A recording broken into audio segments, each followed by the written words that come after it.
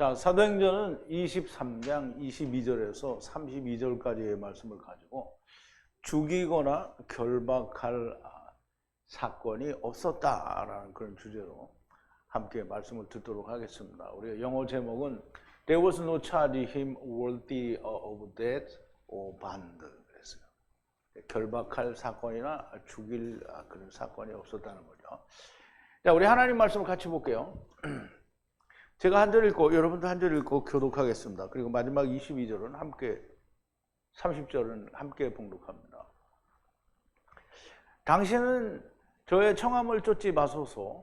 저희 중에 바울을 죽이기 전에는 먹지도 않고 마시지도 않기로 맹세한 자 40여 명이 그를 죽이려고 숨어서 지금 다 준비하고 당신의 허락만 기다리나이다 하매 이에 천부장이 청년을 보내며 경계하되 이 일을 내게 고하였다고 아무에게도 이르지 말라 하고 백부장 둘을 불러 이르되 밤 제3시에 가이사랴까지 갈 보병 200명과 마병 70명과 창군 200명을 준비하라 하고 또 바울을 태워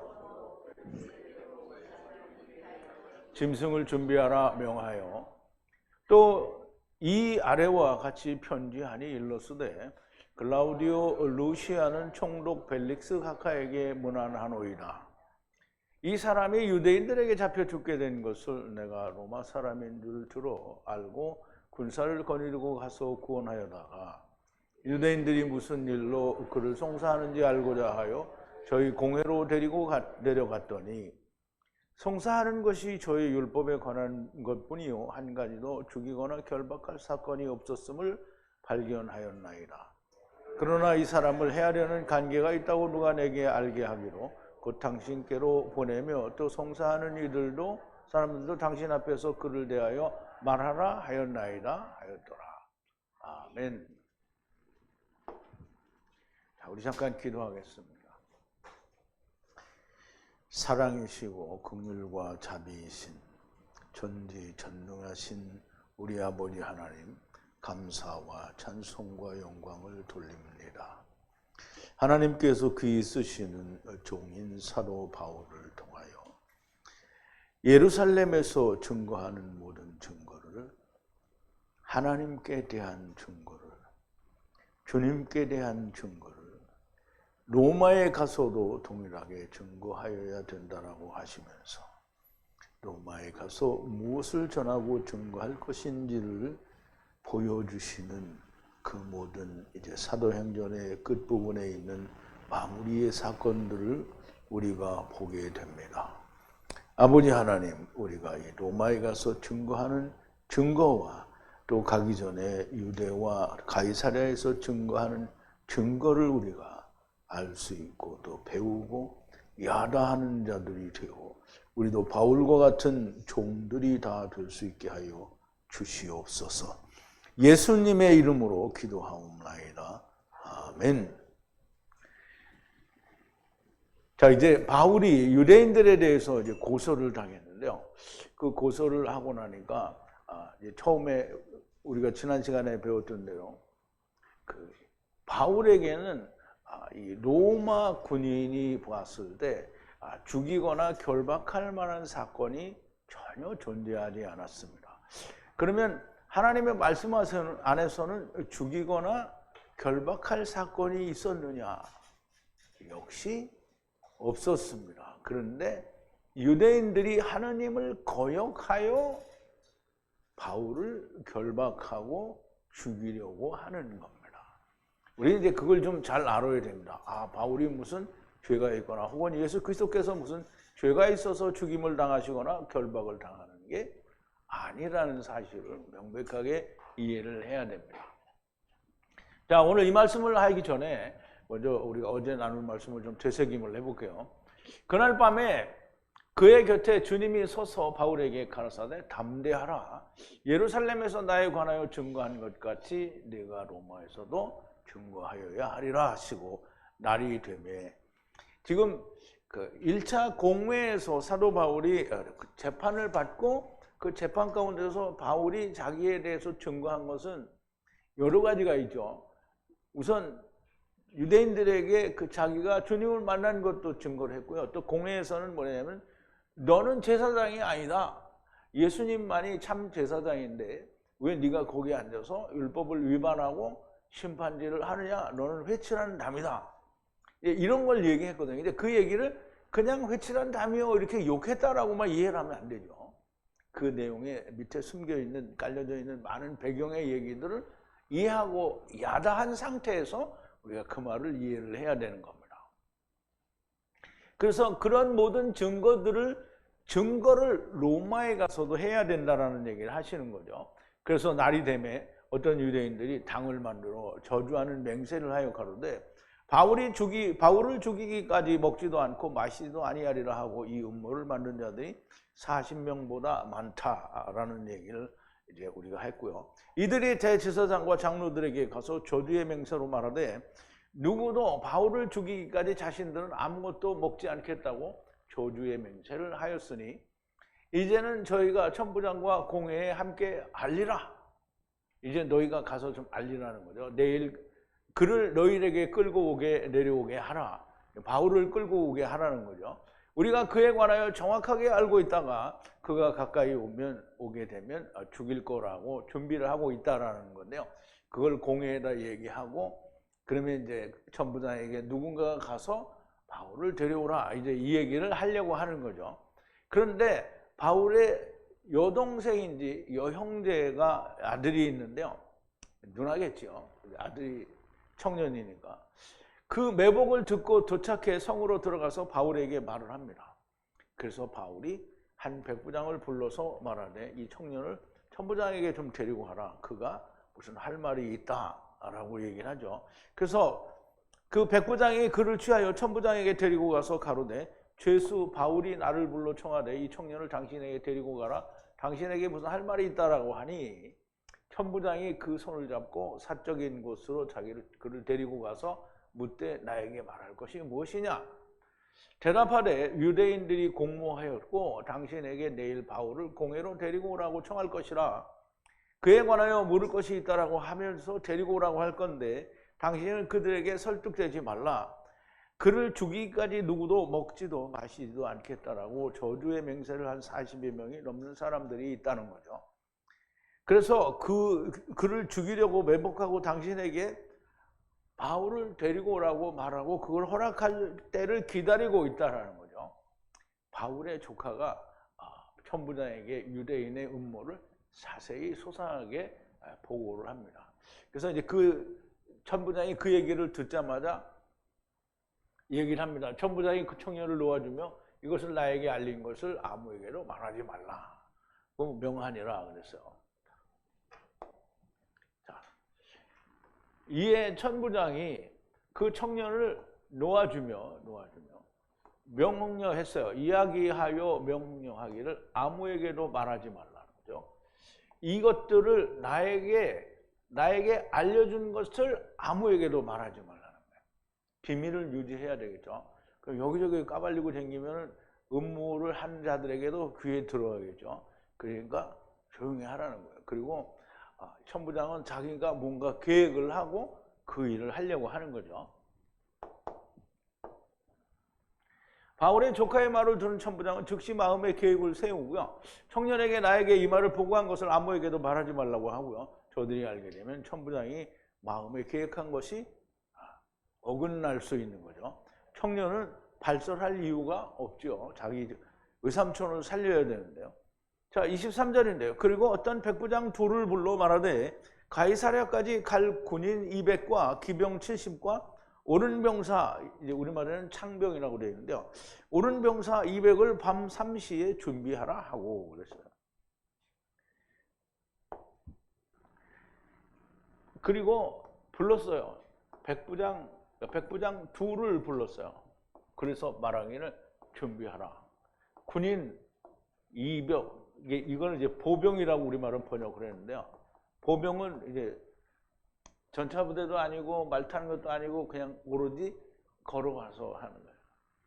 보병 200을 준비하고 그리고 가이사랴까지 갈 200을 준비하고 그리고 마병이죠. 기병 70을 준비하고, 그리고 덱시올라버스라는데요. 덱시올라버스, 이걸 이제 경비병이라고 번역을 했고요.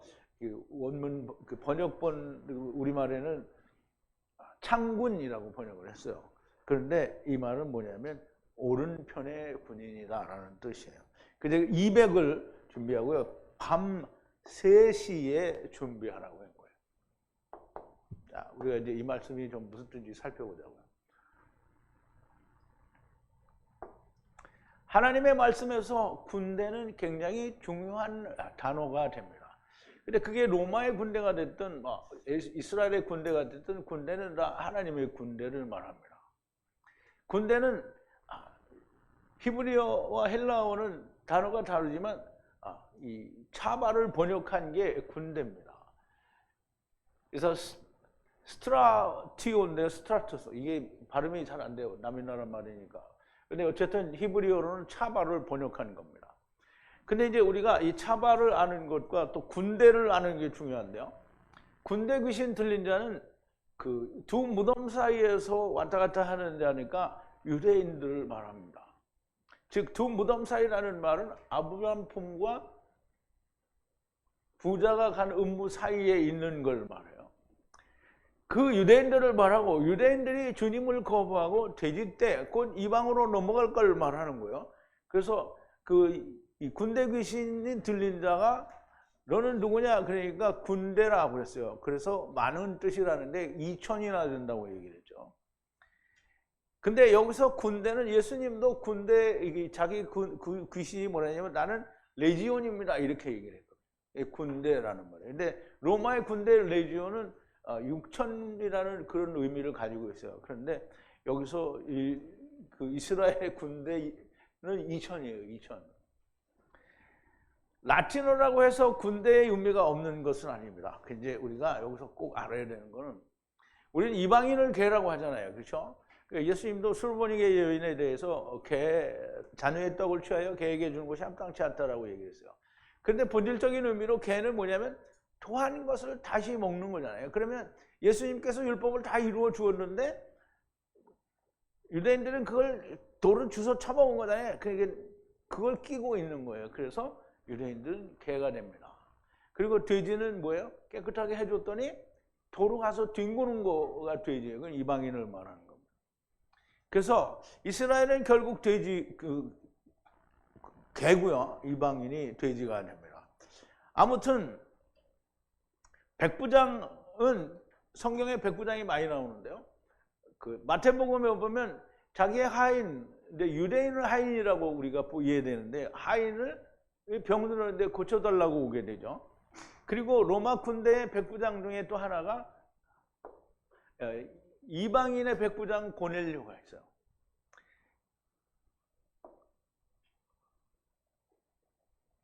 유대인의 병을 고쳐주는 백부장이니까 누가복음에 보면 유대인의 장로들이 그 주님께 그들이 부탁을 합니다. 유대인의 장로가 부탁을 하니까 유대인이잖아요. 자기네 유대인이니까 부탁을 하게 되는 거예요. 이 백부장은 말씀이 이루어진 자를 말씀하고요. 그리고 고넬료도 백부장입니다. 두 명의 백부장은 말씀이 이루어진 유대인 백부장과 이방인 백부장, 여기 니은이 빠졌네요. 그러니까 이방인 백부장, 율법과 복음을 말한다라고 볼 수 있고요. 그러므로 200명의 군인이 되고, 그리고 마병 70이라는 말은 말탄 병사를 말하는데요. 성경을 아무리 뒤져봐도 말탄 병사가 잘 없어요. 근데 꼭 한 군데 있는 데가 어디냐면 계시록입니다. 요한계시록 19장의 어린 양의 혼인잔치를 볼 때 보면 11절에 보면 또 내가 하늘이 열린 것을 보니 보라 백마 탄 자가 있으니 그 이름은 충신과 증기라. 예수님을 말하죠. 그가 공의로 심판하며 싸우더라. 그 눈이 불꽃 같고 그 머리에 많은 멸류관이 있고 또 이름 쓴 것이 하나 있으니 자기밖에 아는 자가 없고 그가 피 뿌린 옷을 입었는데 그 이름은 하나님의 말씀이라 칭하더라. 그럼 너무나 명백하게 예수님이죠. 하늘에 있는 군대들이 희고 깨끗한 소모포를 입고 백마를 타고 그를 따르더라. 그러면 이게 누구야? 이게 마병 70인 거예요. 그의 입에서 이한검이 나오고 그것으로 만국을 치겠고 친히 저희를 철장으로 다스리며 또 친히 하나님 곧 전능하신 이의 명령한 진노의 포도주의 틀을 밝혔고, 그럼 이제 메시아 왕국에서 이스라엘 백성들을 이게 말하자면 가르치는 걸 말을 하는 거예요. 안식을 이룬 말들이고요. 그리고 이제 원문 사전 원어에는 경비병이라고 되어 있고요. 이제 번역에는 창병이라고 되어 있는데 덱시올라오스인데요. 이는 두 단어가 합친 거예요. 덱시오는 오른편이라는 거예요. 라오스는 오른편에선 봐야 돼. 영접하여 오른편이 된 군인들을 말합니다. 그래서 이들이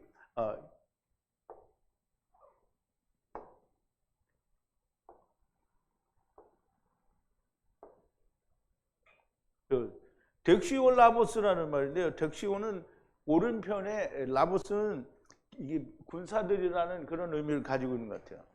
이게 잘 외웠는데 이렇게 잊어먹는 거예요.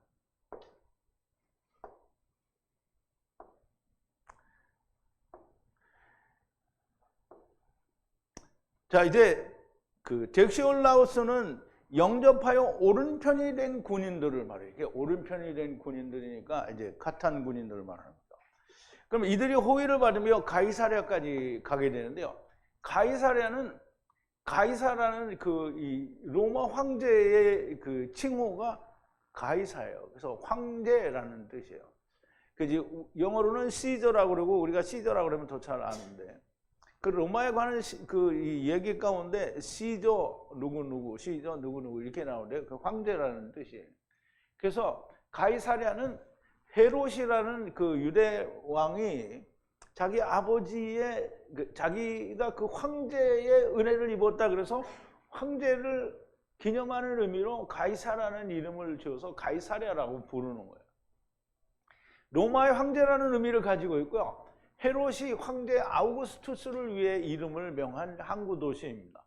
로마를 상징하는 것이고요. 이곳으로 바울이 이 모든 병력과 함께 가는 것은 로마에 바울이 가게 되면 로마가 이렇게 될 것이라는 뜻이 들어 있습니다. 사도 바울은 이들을 가지고 로마에 간다는 것이고요. 자, 24절인데요.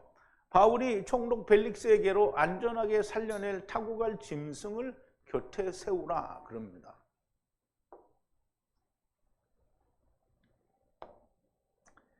자, 이 짐승인데요. 뜻은 그냥 짐승이 아니고 획득한 소유한 짐승을 말하고요.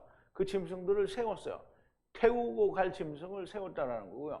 바울을 안전하게 살려낼 벨릭스 통치자에게 안전하게 살려낼 수 있는 짐승들을 준비했다는 거예요. 그러면 바울이 가져간 것은 보병 200과 마병 70과 그리고 오른손의 병사 200이에요. 그러면 이거는 다 가져가는 거죠. 거기다가 뭐 가져가냐면 베헤마까지 가져가는 거예요. 그렇게 벨릭스 통치자에게로 가는 거죠. 바울은 바울이 말하던 하나님의 아들이 나타나기를 기다리는 피조물들을 지금 데리고 가는 거예요. 자, 이제 로마서 8장인데요. 피조물에 고대하는 바는 하나님의 아들들이 나타나는 것이니 피조물이 허무한데 굴복하는 것은 자기 뜻이 아니요 오직 굴복해 하시는 이로 말미암음이라. 그 바라는 것은 피조물도 썩어짐의 종로를 탄 데서 해방되어 하나님의 자녀들의 영광의 자유에 이르는 것이니라. 피조물이 다 이제까지 함께 탄식하며 함께 고통하는 것을 우리가 아나니 이뿐 아니라 또한 우리 곧 성령의 처음 익은 열매를 받은 우리까지도 속으로 탄식하여 양자될 것 곧 우리 몸이 구속을 기다리느니라 그랬어요. 그러면 지금 바울이 이렇게 호송되는 걸 통해서 하나님은 정말 많은 걸 우리에게 얘기해 주고 있습니다. 이방의 피조물들, 그러면 유대인의 이스라엘의 피조물들만 구원하는 게 아니고 이방의 피조물들도 구원이 된다는 말씀을 하는 거고요. 그리고 25절인데요. 그 디포스 이 남자의 기록한 편지를 포함하였다 그래서 그러면 이제 이거는 천부장이 쓴 게 아니고요. 이게 고린도서는 이게 사도행전이죠. 사도행전은 누가 썼다고요? 누가가 썼잖아요. 그러니까 누가가 썼기 때문에 이게 디포스의 의미를 알고 쓰는 거예요. 여기 매너라고 우리는 영어로 되어 있고 우리는 예라고 되어 있는데요. 이거는 표상이라는 뜻이에요. 디포스. 이게 다시 말하면 음각이라는 얘기죠. 음각이. 이 남자는 남자에게 편지를 써서 그 같이 보냈다라는 거예요. 그러면 이제 우리가 이 디포스라는 말을 이해를 해야 되겠죠. 디포스는 이 남자라는 말은 이 디포스 이 남자라는 말은 예수 그리스도와 하나가 된 남자를 말하는 거예요. 이 남자와 함께 편지를 써서 함께 보낸다는 뜻입니다. 예수님은 항상 요철이잖아요. 그러니까 예수 그리스도와 하나가 된 사람은 다 이렇게 디포스가 된 거예요. 자, 26절인데요. 글라우디오 루시아는, 그럼 이제 우리 천부장의 이름이 누군지 몰랐었잖아요, 이제까지. 그럼 천부장의 이름이 여기 나왔어요. 글라우디오 루시아. 는 가장 존경하는 총독 벨릭스께 문안 하노이다. 그랬어요. 이게 편지니까 무슨 이게 말하는 상투적인 어떤 형식적인 말이겠죠. 자, 글라우디오 루시아는 가장 존경하는 통치자 벨릭스를 문안하나이다. 이렇게 했어요. 그래서 편지 서간에 존경하는 아무개님 이런 뜻이에요, 이게. 편지에 쓰는 고대의 상투적인 인사말이라고 보여주고요. 자, 27절인데요. 이 사람이 유대인들 아래 잡혀서 그들 아래 죽이려는 것을 로마 사람인 것을 내가 알게 되어 군대와 함께 가까이 가서 그를 구하여 그랬어요.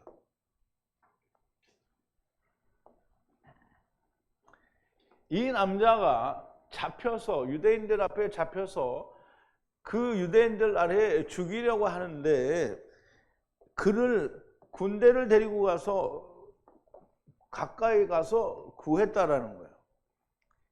구했는데 로마 사람이라는 것을 알게 됐다는 거예요. 그러니까 이제 바울은 로마 사람이라는 거에 대해서 이제 이 얘기를 하는 거예요. 물론 자기도 처음에 모르긴 했죠. 예루살렘 성전에서 나오는 바울을 보고 이방인 드로비모와 성에 함께 있었던 것도 전에 보았으니까 바울이 거기서 나오니까 바울이 그럼 이놈이 이방인을 데리고 성전에 들어갔나 보다 이렇게 생각을 했다는 거죠. 근데 드로비모가 성전에 들어갔어도 아무 상관이 없는 거죠. 그런데 자기들만이 성전을 이방인들에 의해서 더럽혔다라고 생각을 하는 거예요. 그게 함께 있던 것을 보고 오해하고 바울을 잡아 죽이려 하던 것을 이제 이때 천부장이 그 군대와 함께 바울을 구했는데 로마 사람인 것은 그 후에 알게 된 거죠. 자, 28절인데요. 그들이 무엇을 고소하는지 그 원인을 알기 위하여 그들의 공회로 데려갔다라고 얘기했는데 이제 공회에서 바울과 그 대제사장과 공회원들 사이에 있었던 얘기를 하는 거죠.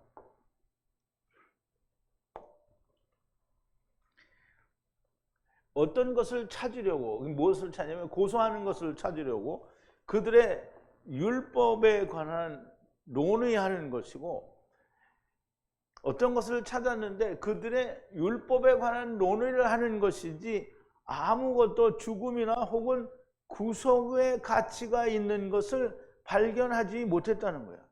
고소를 가지지 못했다는 거예요. 그럼 이제 천부장은 데리고 있어 보니까 자기네들끼리 뭐 히브리 말을 다 알아듣지 못하시죠. 누군가 통역을 해줬겠죠. 그런데 그걸 다 들어보니까 로마의 법에 의해서 이 사람이 사형을 당하거나 법정 구속을 해야 될 만한 고소의 사건이 아무것도 없고 자기들의 법에 관한 문제라는 거예요. 율법에 관한 문제라는 거죠.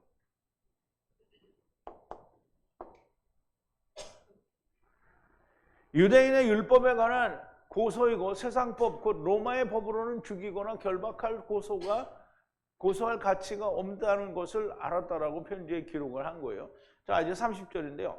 유대인들 아래 이 남자를 해야 되는 음모가 있다고 하여 내가 보고함으로 당신에게 즉 이 사람을 보내며 고소자에게 당신에게 그에 대하여 말하라고 명하였나이다. 안녕히 계시쇼 이 말이죠.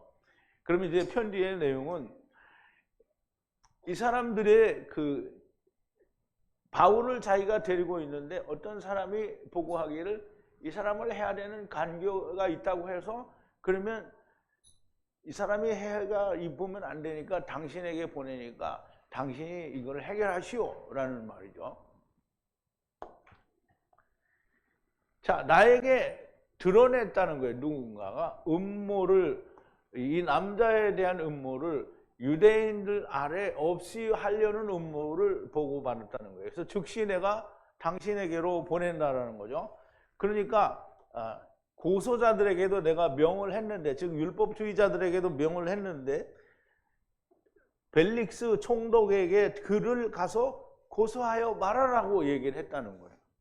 그러면서 farewell, 아디오스, 아미고 이런 거 아니고요. 그냥 안녕히 계세요라는 거예요. 바울의 조카가 알려준 매복에 대하여 말하는 것이고요. 바울을 죽이기까지 먹지도 마시지도 않겠노라고 하고 죽이려는 음모를 피해 총독께 보낸다라는 것이고요. 자, 31절인데 이게 아까 원문을 읽을 때 30절까지밖에 안 읽었죠. 그래 이게 32절까지 하는 거예요. 근데 잘못했어. 자, 31절인데 그러므로 군인들이 명령을 받은 대로 바울을 들어올리고 안디바드리로 그 밤에 의해서 데리고 가고, 군인들은 명령 받은 대로 바울을 들어올려 데리고 가고 얘기를 해야죠.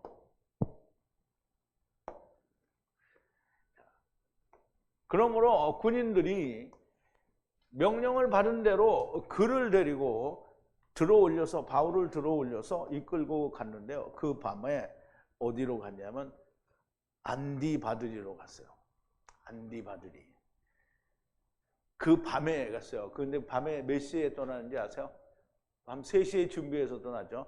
3시는 뭐예요? 세 번째 때예요. 세 번째 때. 자, 이제 그러니까 군인들은 명령을 받은 대로 바울을 들어올려 그 밤에 안디바드리에 이르게 됩니다. 그럼 이제 안디바드리가 어딘 줄 알아야 돼요. 굉장히 중요한 겁니다. 안디바드리. 예루살렘과 가이사랴의 중간 지점이 안디바드리예요. 그럼 이제 가이사랴라고 그랬죠. 가이사랴예요. 가이사랴. 그리고 예루살렘이 여기 있죠. 그럼 안디바드리가 여기 있어요. 안디바드리. 이거는 다른 말로 뭐라고 하냐면 안디바라고 해요. 안디바. 안디바를 안디바드리라고 내 다른 말로 말을 하는데,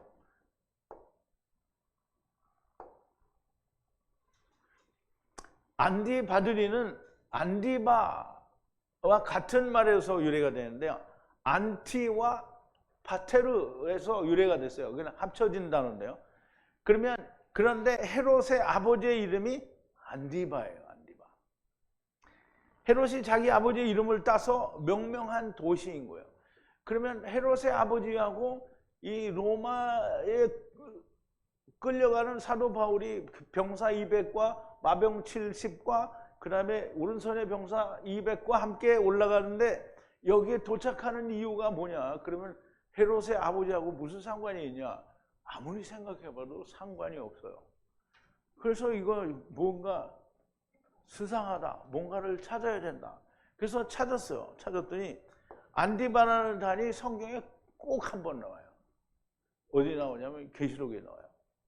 계시록에 버가모 교회에 나오는데요. 요한계시록 2장 11절인데요. 귀 있는 자는 성령이 교회들에게 하시는 말씀을 들을지어다. 이기는 자는 둘째 사망의 해를 받지 아니하리라. 그러면 뭐가 된다는 거예요?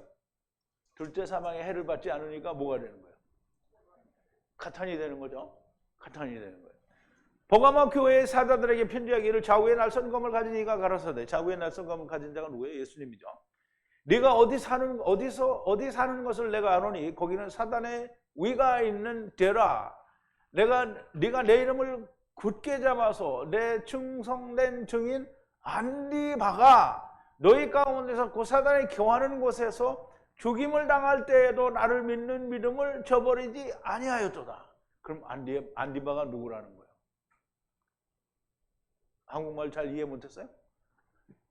내 이름을 굳게 잡아서 내 충성된 증인 안디바가 너희 가운데서 그 사단에 거하는 곳에서 죽임을 당할 때에도 누가 죽임을 당했어요? 아니 여기 바울이라는 말이 있어요? 여기 지금 버가모 교회잖아요.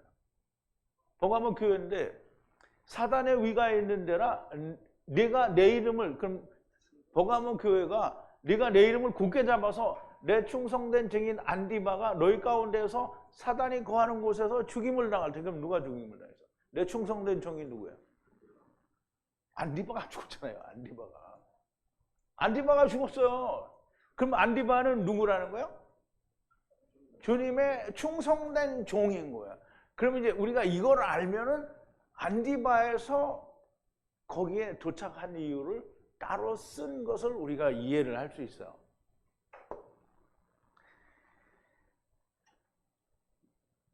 헤롯이 자기 아버지 이름을 따서 명명한 도시고 그 안디바는 하나님의 충성된 종이에요. 헤롯은 자기 아버지 이름을 주었으나 하나님의 말씀에서는 뜻이 다릅니다.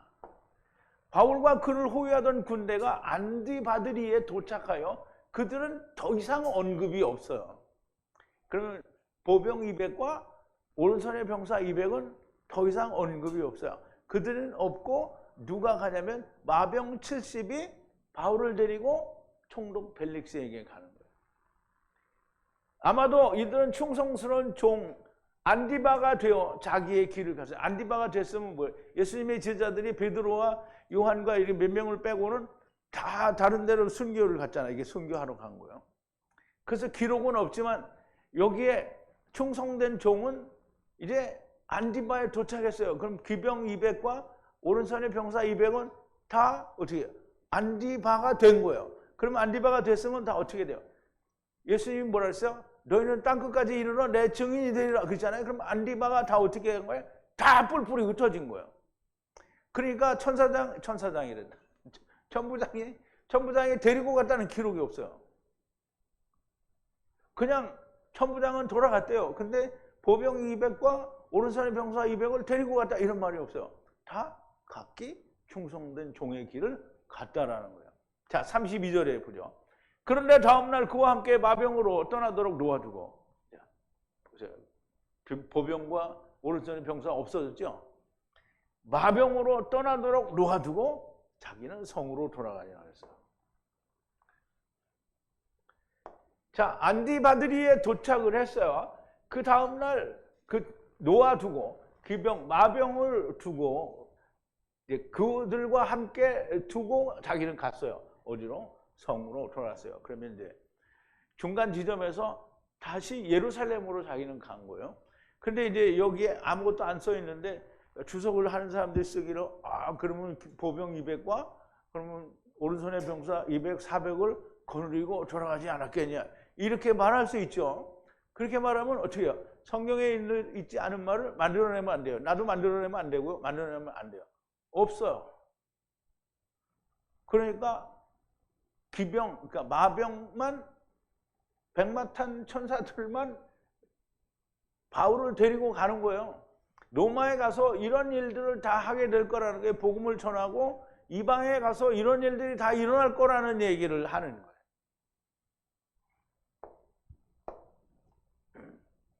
밤에 준비하고 다음날 즉시 마병과 함께 바울을 떠나게 하고 자기 곧 천부장은 예루살렘 군대 영지로 돌아왔다는 겁니다. 모든 것을 준비해서 바울이 가이사랴의 벨릭스에게로 보내고 자기는 자기의 예루살렘으로 돌아오는 겁니다. 그런데 바울을 죽이려는 음모를 들은 천부장이 많은 병력을 동원하는데요. 군인이 200이고 마병이 70이고 오른손에 군인이 200인데요. 실로 과합니다. 바울 하나를 데려가는데 짐승도 데려가고 이렇게 병사들을 많이 데리고 가는 거는 사실 그 음모를 하는 자들이 40명이 넘는다니까 한 100명만 가도 될 거예요. 사실 그 무장한 군인이 40명을 못 당하겠어요. 그런데 이렇게 470명이나 되는 인원이 바울을 데리고 안디바드리까지 가는 이유는 뭐냐? 하나님이 뭔가를 말씀하시려는 거예요. 이 군인들이 안디바드리에 오고 도저히 이해가 안 되는 부분인데 해석하느라고 많이 힘들었어요. 근데 이게 또 이거 누가 들으면 저 새끼 또 자기 힘들었다고 자랑하네 이러겠죠. 근데 진짜 힘들었다고 하는 거예요. 그러나 언제나 성령님께서 인도하십니다. 안디바드리에 도착하니 200명의 군인들이 오른편에 200명의 군인들이 돼요. 안디바 충성스러운 종이 되었으니 모두 자기의 길, 복음 전도의 길을 갔다라고 보여집니다. 또 로마가 곧 이방이 그렇게 될 거라는 말씀이 들어있는 겁니다. 놀라운 말씀입니다. 예루살렘에서 증거하고 또 로마에 가서 증거할 것을 가이사랴, 곧 로마에서 증거할 것을 가이사랴에서 보이시는 것이고요. 무엇을 증거하는지 벨릭스와 아그리파 왕에게 보이심으로 로마에서 전하는 복음의 전체적인 그림 모습을 보여주는 겁니다. 우리가 단순히 바울을 가이사랴로 그리고 로마로 이송하는 것을 보여주는 것을 기록하는 것이 성경이라고 생각하면 안 됩니다. 항상 땅의 일을 통하여 하나님의 나라로 말씀하시는 것이고요. 단순하게 바울을 로마로 보내시는 것을 이렇게 여기 옮겨다니면서 신문과 증언을 통하여 계속하게 하시는 것을 기록하는 것이면 그냥 사건의 기록이지 하나님의 말씀이 아닐 것입니다. 하나님 나라를 말씀하시는 것이 아니고 하나님의 말씀은 먼저 땅의 것을 보고서 하나님의 나라를 말씀하는 것을 보아야 됩니다. 이것이 창세로부터 감추인 하나님의 비밀을 알게 되는 거고요. 씨 뿌리는 비유, 가라지 비유, 씨의 비유, 가루 서말 속의 누룩의 비유, 그물의 비유, 밭에 감추인 보화의 비유, 진주장사의 비유, 이런 모든 것들이 창세전에 하나님께서 세상에 감추신 천국의 비밀이라는 얘기를 하는 겁니다. 마태복음 13장인데요. 예수께서 이 모든 것을 우리에게 비유로 말씀하시고 비유가 아니면 아무것도 말씀하지 아니하셨으니, 그러면 비유라는 말은 땅의 걸 통해서 하늘의 일을 말씀하셨다라는 거예요. 그러므로 땅의 것만 보고 하늘의 걸 보지 않으면 그러면 주님이 말씀하신 비유를 아무것도 모르는 거예요. 이는 선지자로 말씀하신 바 내가 입을 열어 비유로 말하고 창세로부터 감추인 것을 드러내리라 함을 이루려 하심이라 그랬어요. 그럼 창세로부터 감추인 것을 드러내는데 땅의 것만 보면 안 드러나죠. 그러니까 그 이면에 있는 걸 볼 수 있어야 되는 거예요. 숨겨진 거. 표면적 유대인이 유대인 아니요, 이면적 유대인이 유대인이라고 하잖아요. 육신의 할례 아니요, 이면적 할례가 할례라고 했어요. 그러면 이게 이면적이라는 건 뭐예요? 하늘의 걸 보라는 거죠.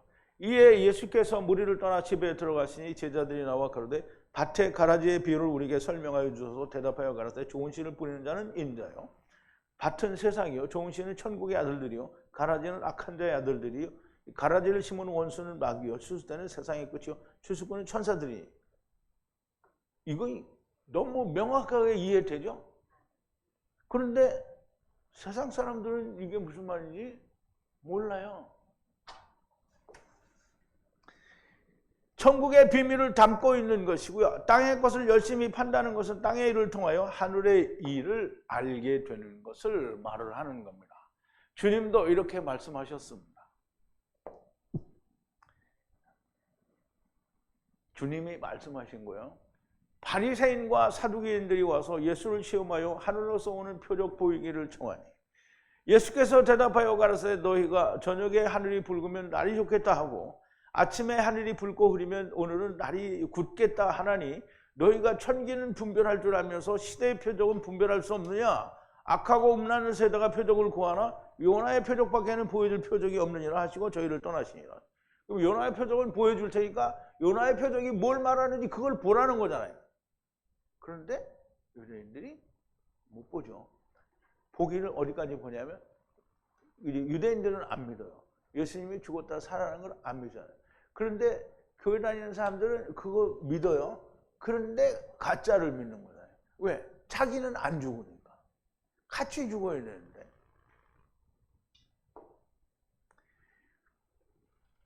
그러므로 요나의 표적을 보거든 정신 차리라는 건데요. 그런데 요나의 표적을 보여주셨는데도 믿지를 않는 거죠. 그러므로 여러분들은 꼭 땅의 일을 통해서 하늘의 일을 여러분들이 체험하는 여러분들이 되기를 진심으로 바랍니다. 기도하시겠습니다. 사랑이시고 은혜이시고 긍휼과 자비이신 여호와 하나님, 감사와 찬송과 영광을 돌립니다.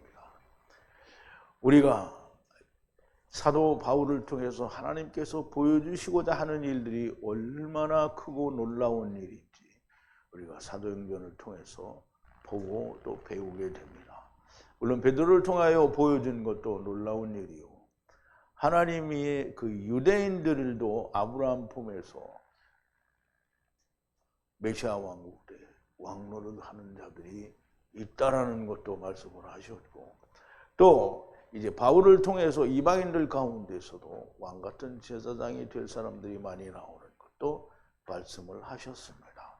아버지 하나님, 오늘 이 사도 바울이 로마로 복음을 전하러 가는 그 말씀을 통해서 우리에게 말씀하고자 하는, 즉 이방에 전하여야 될 증거가 뭐냐면 보병들이 다 종들이 될 것이고 바울은 짐승들을 데리고 다 왕같은 제사장으로 이방인들을 향하여 복음을 증거하러 간다라고 하는 것을 저희들에게 보여주셨습니다.